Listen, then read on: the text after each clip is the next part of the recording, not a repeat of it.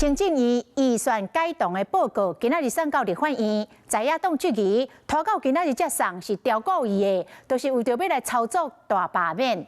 国防部海鲲号后续的预算，互冻减一半。改动的条件就是通过海测，但是原定4月就要展开的测试，到今拢还无掀海着。国防部长顾立雄讲，海军是全力咧改善缺失。 这是我国头一只国产的舰舰海鲲号，2月底进入停港测试的最后阶段，伫咧高雄港内豆豆耍位的画面。不过原定4月份就要开始的海测，到今也个无消无息。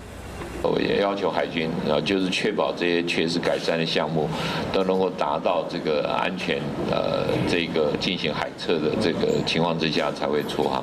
我们现在还没有办法确定一个特定的一个日子。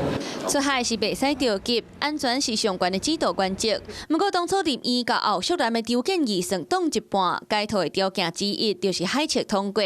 如今海鲲号也要传好势，后续南的筹备时程干嘛爱？ 继续延落去。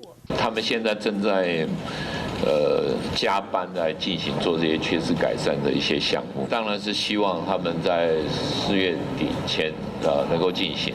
加班赶进度的，唔那是国防部，行政院国部会1381亿的预算改套案拜二送去立院，不过在野党质疑，其实早就会使送刷调岗伫咧拖刷。民进党立委林俊宪提出当初预算审查报告，唔那是造谣的文档无清，号码意义无明，大量手写的字是真歹认，佮有4个月线抬调修改，开一个月整理500页这款的物件，佮再计算写新的改套报告，敢有真久？ 这么长的时间里面，就是从我们2月3号开议开始，整整有80天。那么行政院都不送解冻案，每一个单位自己出报告，都要为自己的报告负责。这个政院这边下令的这件事情，我是没有收到这样的讯息。八会唔那是无拖刷，搁加班来赶工。